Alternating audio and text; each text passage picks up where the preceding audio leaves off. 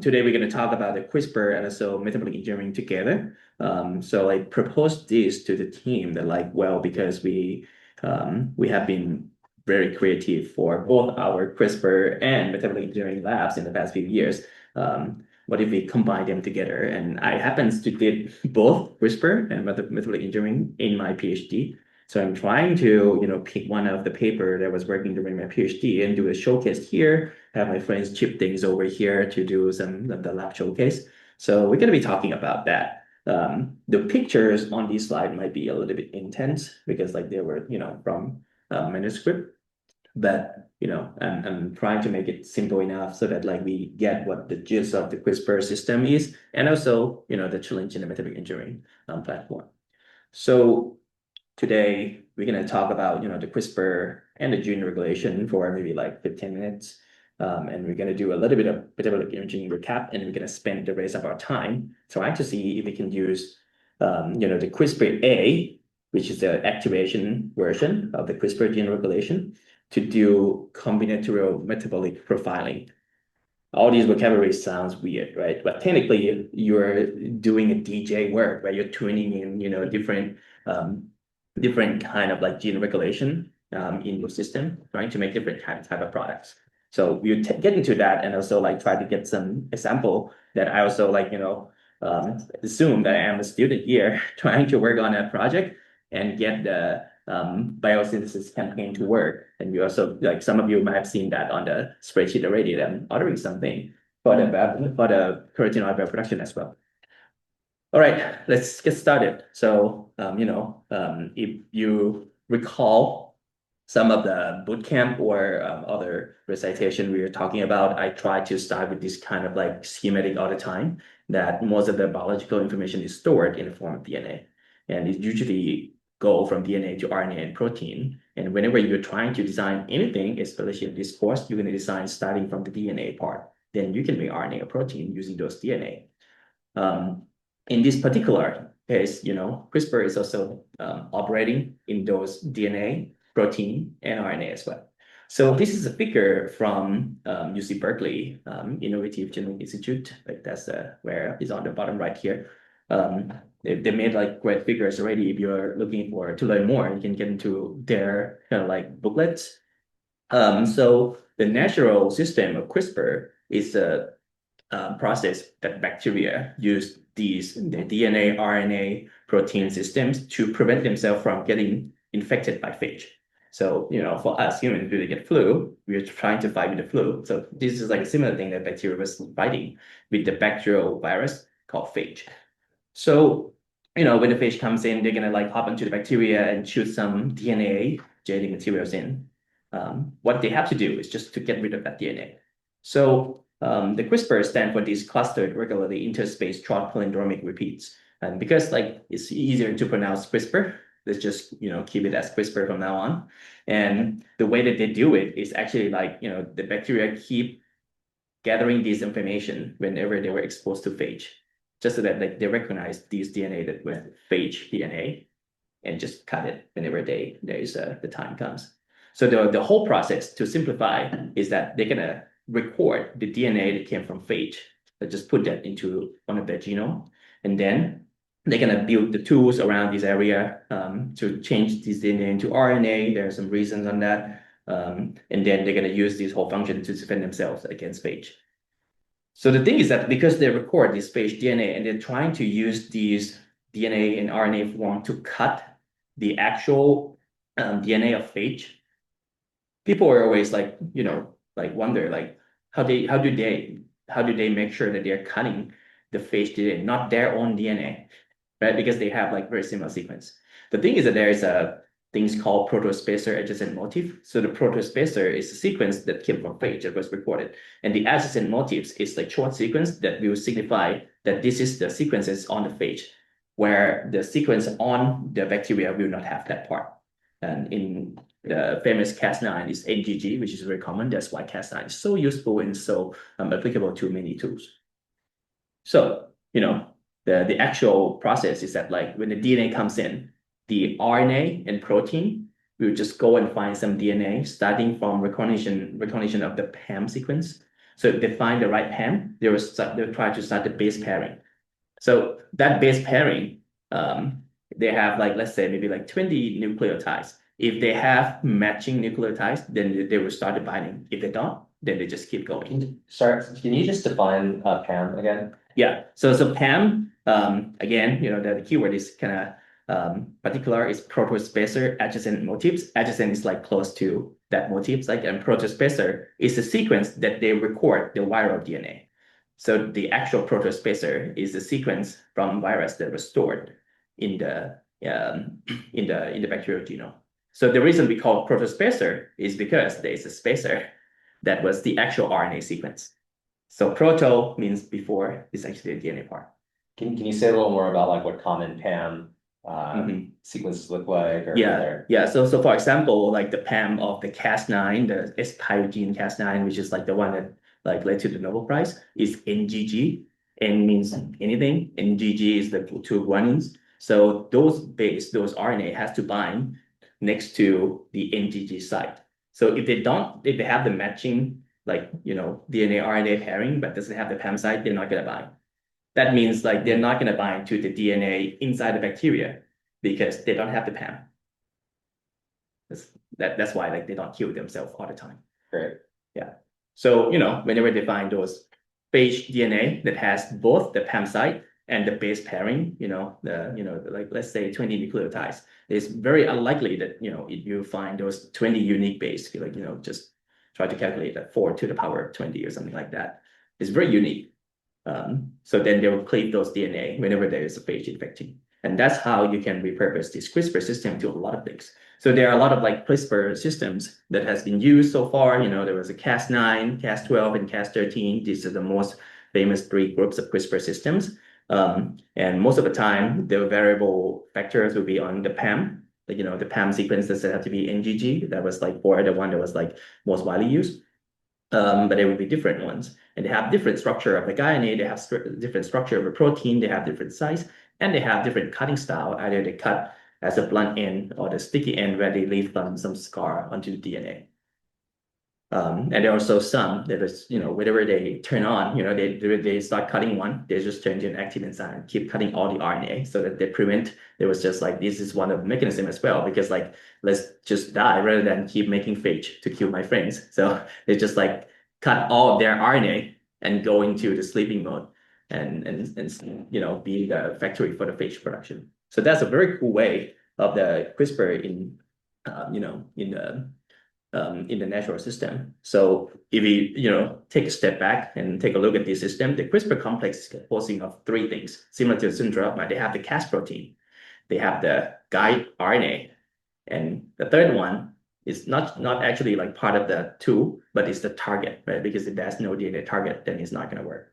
So when you're designing these things, there will be these 3 main factors to work on to make sure that the Cas protein is compatible, the guanine is well structured, and the DNA context is accessible to engineer. So, these are, just led to a lot of campaigns in the CRISPR world, whether, you do like the protein engineering to get a new Cas9, you do the RNA engineering to get a new structure of the RNA, or you do the screening to see what is a good target to do editing at. And this is an example of like the kind of CRISPR that has been done for the gene editing. That can be like the non-homologous end joining by just keep cutting the system, whatever biological system, either bacteria or mammalian cells, we just try to fix, because like if the DNA is not stick to each other, then they cannot function properly, right? So they'll get back in, and if they get back into the exact same sequence, they'll get cut again. They just have to fix in a way that they don't get cut by that CRISPR complex. So whenever they get their fix, and they'll just bring in some of these mutations. And it's either like having less DNA or more DNA. However, you can also like change that to be like homologous recombination. So that you put some template, just give them some DNA so that if you have this DNA, let's try to fix it in the way that you want them to be. So that's on the right-hand side where you can program what the DNA should be. An example is that, if you have a bicycle and you get rid of the brake, you remove the brake, then the bicycle is not functional as the same bicycle because they can run, but they cannot brake. If you think about the real genetic context, is the flower may have some color. If you get rid of that gene that produces a color, the pigment of the flower, then they will turn from maybe like blue to white. So that's a pretty actual thing that people do when they do plant engineering. At the same time, if you go on the other way where you replace with some other genes, if you don't just like get rid of the genes that in the biological term that's called knockout, if you do knocking instead by like putting something in, you can think about like you say, hey, you have a flower that was blue, you want to turn the flower into other color like green, and take the leaf pigment and put into the flower locus gene, then you can sort of like have a new color on the flower. In this case, they use like the green flower as an outcome by taking the leaf color onto the flower instead. And that could be similar to like you put the brakes from one side to the other. It's still functional. You should get the brake on the bicycle, but they can function differently. So these are very good metaphor, and like these are thanks to the IGI that make out all these like great graphics. Some of the examples of this CRISPR gene editing is that you can edit to solve, some disease. Let's say that if a lot of disease that was like originating from just a few mutations, you can sort of fix that. One good example that just got the Breakthrough Prize Award, I guess, is editing to solve the sickle cell and thalassemia, where they can convert the fetal and adult hemoglobin so that, you can turn the disease that used to be genetic disease, you can't solve it, but you can use a lot of like system based on the CRISPR to change those your cells to be the functional cells, and then you can live as a healthy person. Can you say a little bit more about CRISPR, like gene therapies? Because again, it's because normally you haven't quite mentioned yet the whole kind of specificity of CRISPR and non-specific targets and so on. But can you say a little bit more about how these types of systems would actually function throughout the whole body as opposed to just one region or one, Yeah, so because they are doing the editing at the particular parts, of course, like if there are a lot of DNA in the system, there's a chance that those unique RNA sequence maybe, having an off target. That's what David mentioned. So when you're designing, that's why like DNA screening is very important. You have to design the DNA and RNA so that they're compatible and they don't target too many spots. For example, you want to fix these like, hemoglobin gene, but your DNA that you design can target some other gene that, like express the coloration in your eyes, something like that, then, that may end up wrong. And one important thing is that when you're doing the DNA editing, when you in the bacteria, you get a new bacteria, you just start grow and just keep growing them. But when you do it in human, you can't really change all the cells in human body, right? So in this case, a lot of the disease that was fixed in like with the gene therapy so far is the disease that was relevant to the blood system or the liquid system, because you can actually like replace the things that was like circulating in your body way easier than replacing your arm, right? So a lot of the gene therapies so far was like if you have like a liquid cancer or like some leukemia, those are very approachable compared to like you want to fix your heart. It's not that easy to change all the cells in your heart, even with the CRISPR tool so far. So that's some caveat that is great as a tools, but there's still some barrier, and a lot of the barrier is like how do you put the CRISPR thing into the whole system, and how do you make sure that everything is edited, something like that. So we're going to shift gear to the regulation. So these are the Cas9 and another kind of figure that shows like they work based on the RNA that was guiding the protein to the target DNA and just cleave it out. So if you do one mutation by turn the Cas9 into a dead Cas9 where it doesn't have the functional cutting part anymore, it will retain the ability to bind to the DNA, right? But it will not cut. Similarly, if you recruit some other things close to the Cas protein, then you can also do other function based on the enzyme they recruit to that CRISPR complex. So that allows us to do some other things like, instead of stopping the gene expression, you can turn on the gene expression, or you can do the editing that was specific. For example, David Liu at Harvard got the Breakthrough Prize last year on the base editing, and that's based on the CRISPR system because you can put these base editing like apparatus onto that specific spot. So we're going to go deeper into the gene regulation. So back to this slide again, the DNA, let's assume it's a road and you're trying to, go through the road. So assuming that, you're on a horse, you're on a car, you're trying to move forward. and that's something suddenly blocking the path. So this is like resembling the way that CRISPR-I is functional in the gene expression. It's like you're having, a truck or something that was blocking the road, so you cannot read the gene anymore. So that means when you're, having the gene expression, your protein is just gone. Your transcription is all gone. On the other hand, if you want to turn something on, it's not that easy. You sort of like have to call for an engineer to fix the road and just to expand the road faster when there's any traffic, something like that. So when you're trying to do the activation, you can do something similar by putting the activator onto the target part and activate the gene expression. In bacteria, usually that's by recruiting the RNA polymerase that will start the transcription onto the part. So thinking about someone having a magnet and just keep pulling the protein, the right protein into the spot. That's what the CRISPR system can do because it has the ability to find the DNA target. Yes. Why wouldn't it continue to block the road? Like, are those things trading off? Because in the original system, you just have the Cas9 blocking the road, but no RBP and no effector. So like, because I'll ask more later about because I know that CRISPR-A is like in magnitude less than CRISPR-I in general.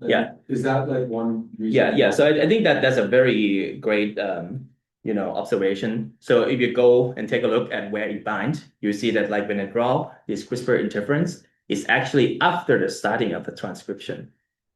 But the way that I draw the activation is usually in front of the transcription. So there's not blocking because it's way up front. And that's how the transcription factor in nature usually work, because they cannot just bind in the gene, right? Because they have this kind of effect of like blocking the path.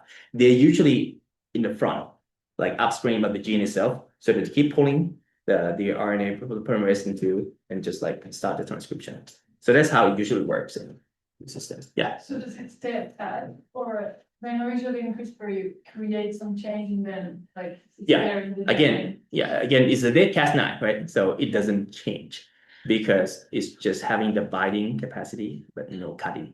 So if you have something that can eat it. Now DNA is replicated, it will still the same properties as before. Yeah. Like temporary.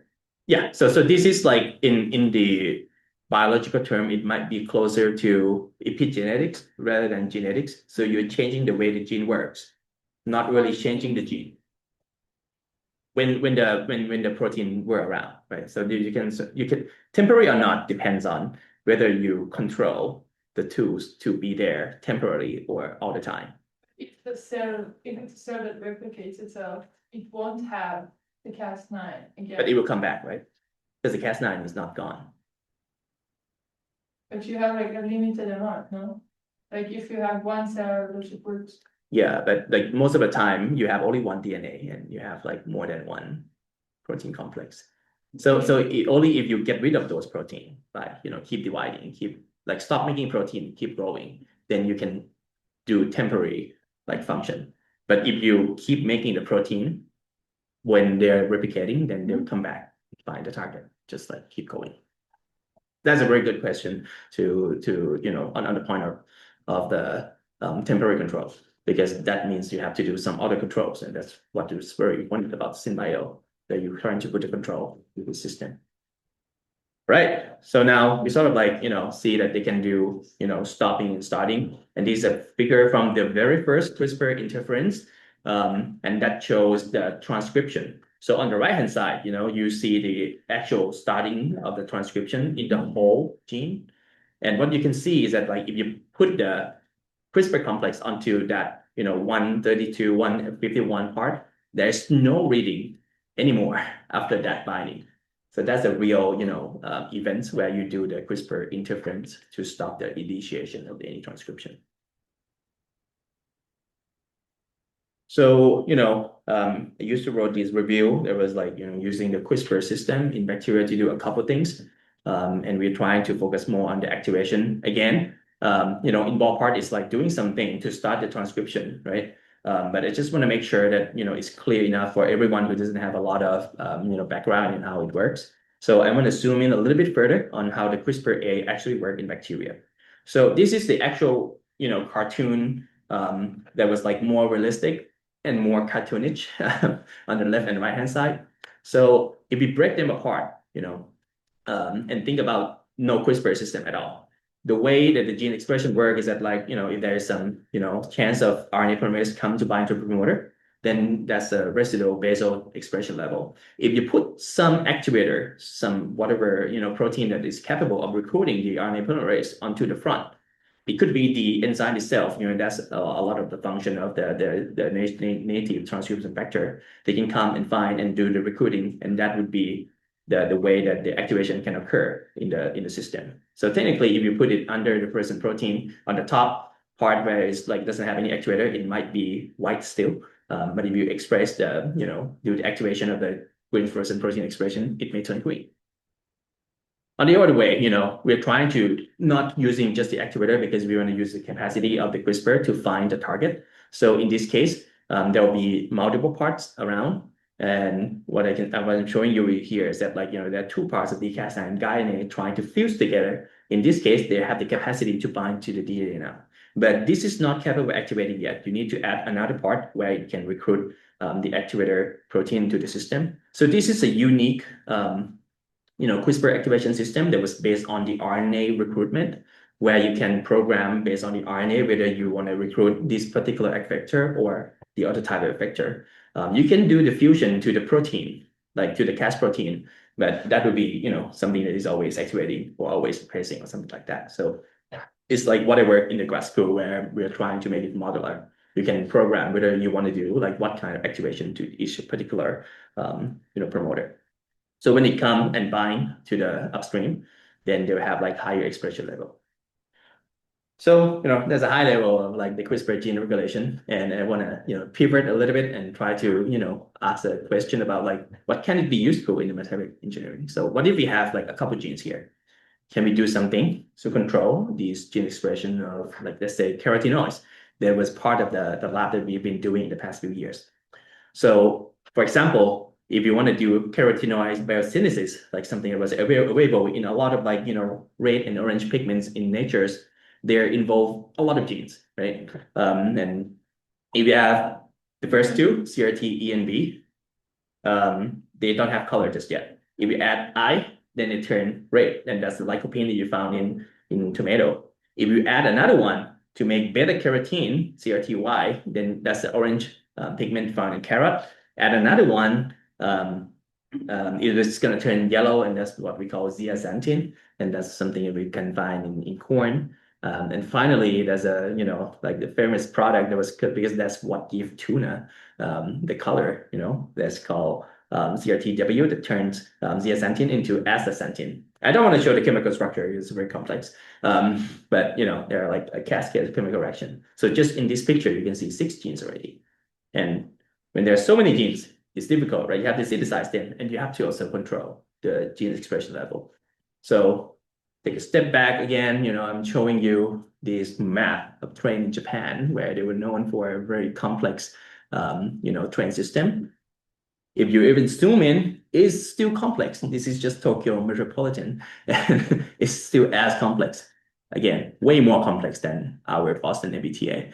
That's what happens in Europe and Asia. But yeah, what I just want to show is that there's a lot of unseen connections, and that's the same for the metabolic pathway. Because we usually call this metabolic map, similar to how we call these, subway map or trains map. And that was a zoom in. This is a zoom out. On the right hand side, they're so complicated. And in each organism, these maps are also going to be a little bit different.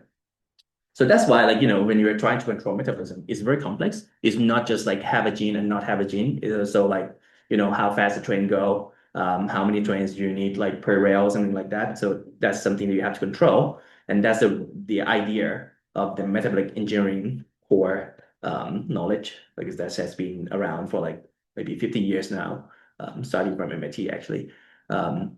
So, if you were to do anything, you have to control them properly. And this is the kind of chemicals that might be involved. I just show another kind of picture that there are a lot of things involved. So, if you want to do this metabolic engineering, you can either make new products or make more use. So all of these things will involve a lot of the gene expression, and that's what my previous lab was working on to use a CRISPR to optimize the gene expression. So the term that we use is CRISPR metabolic profiling, and that's just like trying to control multiple genes at the same time using CRISPR-A.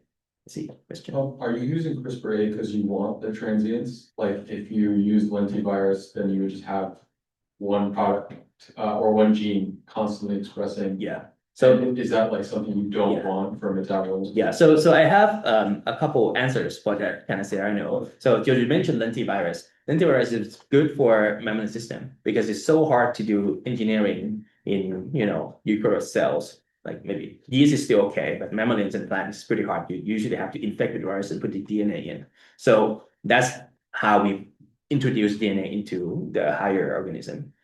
It's a little bit different in bacteria because bacteria is actually easier because you can sort of like smash them with hammers, with electricity, with a lot of things to force them to take the DNA that you want them to take. So we are not going to use lenti in bacteria, but you're right about like using the CRISPR control because we don't want to always keep it on because the cell may not like it and they may just die. So the way that we're trying to use CRISPR system is because we believe in the turning on rather than turning things off. Because when you put things in and just like turn on all the time, it's like you're burning a lot of energy of the cells. Where like you can dim some lights in some rooms, and that might be more aesthetic rather than like keep all the lights on, something like that. So the way that we are trying to do here is that we want to make sure that we have capacity to control different guide RNAs that control different genes at the same time, and we can tune it similar to how we DJ, the club, something like that. So what you see here in the picture is that we are trying to make three comparable guide systems that work on three different targets, so that we're going to use three genes in the metabolic pathway to see if we can prototype that. The way we do it is that we design these three orthogonal guide RNAs. So what you see is that we have three reporters, and we're changing the guide from 306 to 506 to 606. Just ignore the name. It was like from the way we characterize. Again, it was like a couple papers before we can do CRISPR-A at this level. And this is, maybe a couple of years worth of time to make sure that you can do the activation that give you the same level of gene expression. This is not trivial in biology because like it takes a lot of optimization. When we have these, what we try to do next is we are trying to think about like we get the high expression and the no expression. Can we get something in between? And what we try here is by using a shorter guide RNA. So think about the DNA, they have some duplex and RNA DNA duplex formation. So the CRISPR guide RNA is just in a similar way. They do RNA DNA duplex, and the longer the RNA, the higher interaction they have with DNA, right?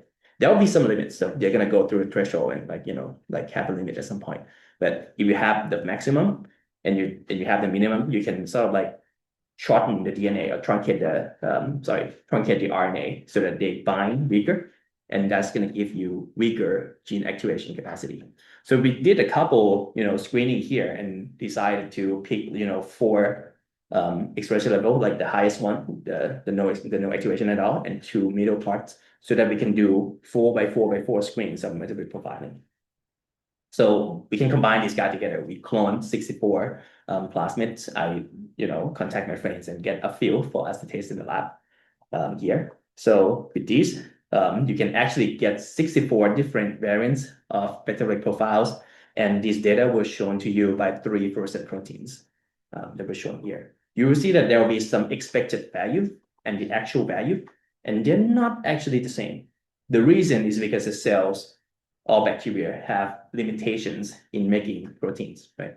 Let's say that you're trying to make 3 proteins at the maximum capacity. All of them are going down a little bit. Like look at the leftmost, like number 1, when you have all turn on. The dashed line is where it is when you activate just 1. But when you have 3, they just go down slightly. So that's there's a simple reason that why we have to do this kind of profiling, because even though we want to be programmable, there's always other factors like the growth or the amount of protein they can make that affect this process all the time. So now that we have these 64 excess different profiling here. What we can do is that we can change the fluorescent protein into something else, right? What we have to do here in this complex is that we just have to make one new reporter with different sets of genes that you want to do the profiling. So in this case, you can keep reusing those 64 variants that we made prior as a library and just like throw it in and see which one gave you the highest production. So this is the bioactin pathway that I worked during my PhD. We chose this one because they have 3 genes.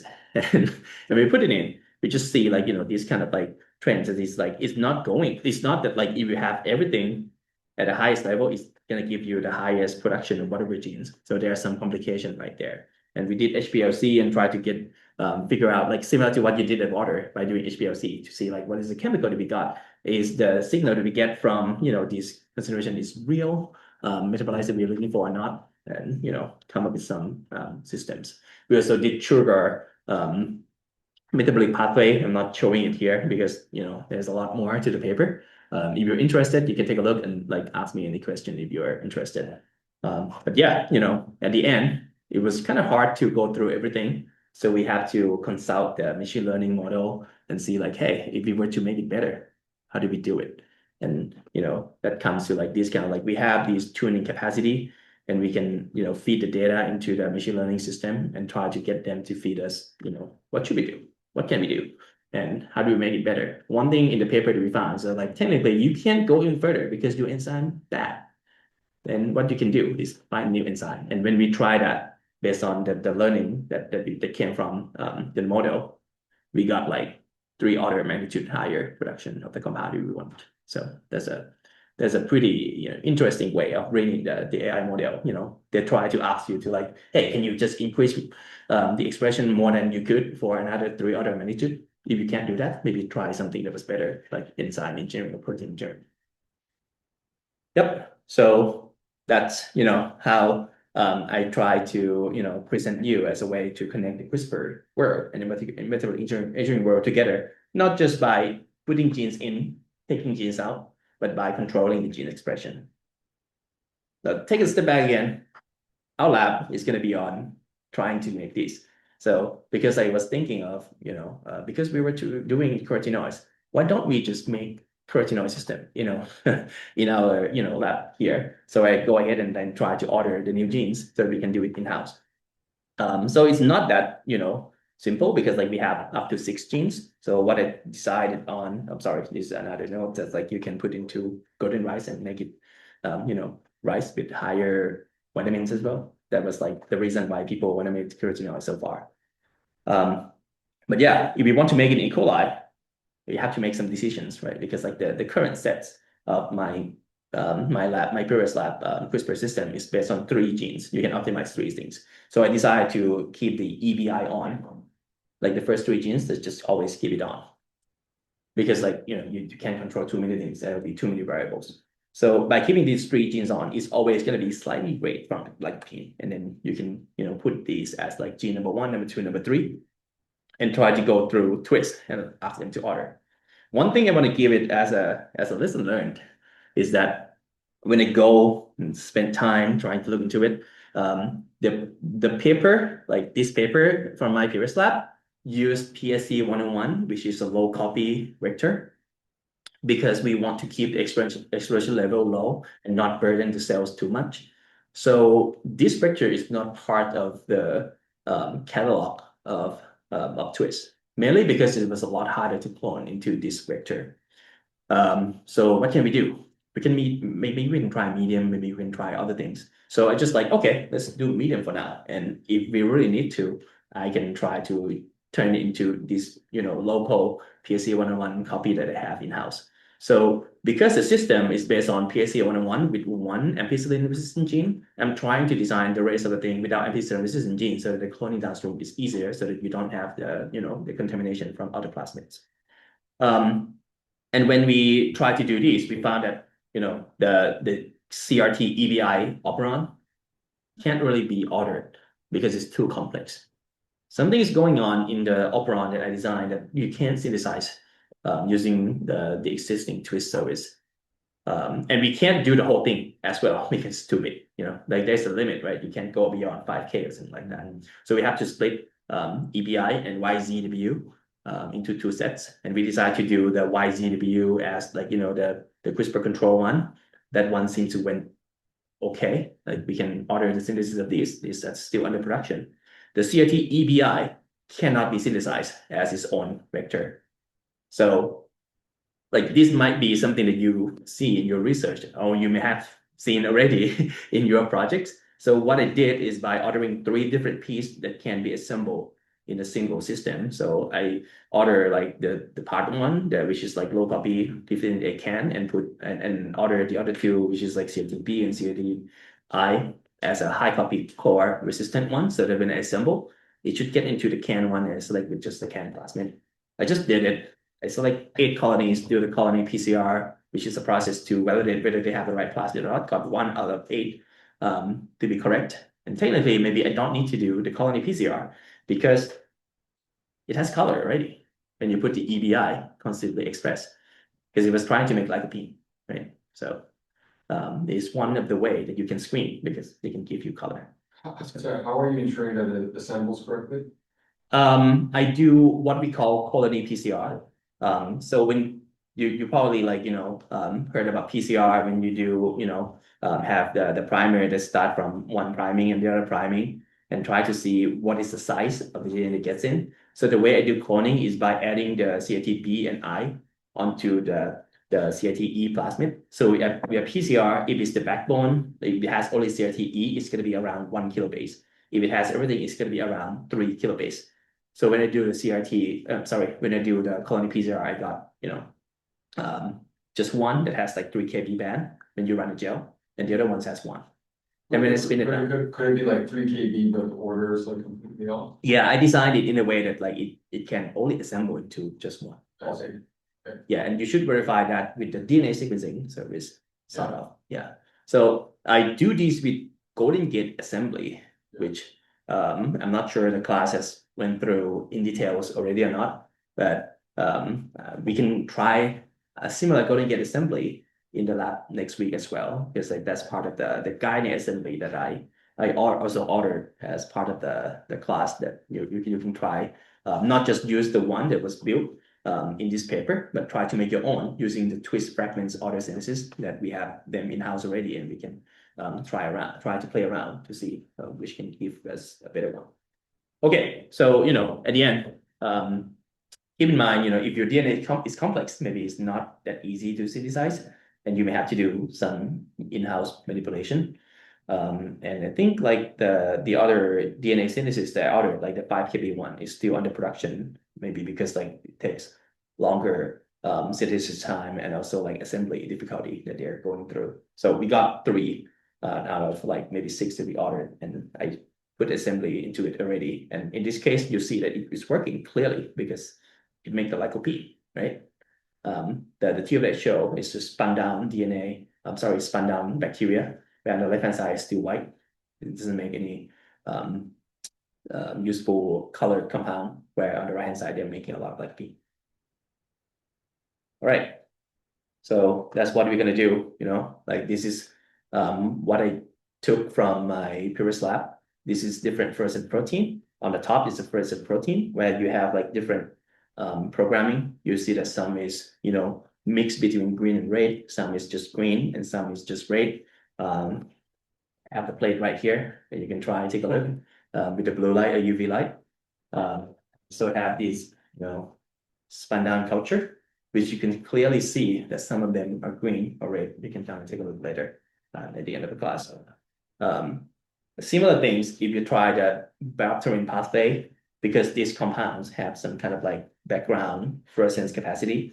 When I shine the UV light onto it, you can also see some productions of these compounds around these microbe that I played it on. So they're actually, really doing the function based on the different kinase. So everything on these 8, this number 1, 2, 3, 4, 16, 54, 61, 64 is the same number as on the left-hand side, where they have like either everything on or everything off. Like 1 is everything on, 64 is everything off, and it's going on to this order of the CRISPR program that we have.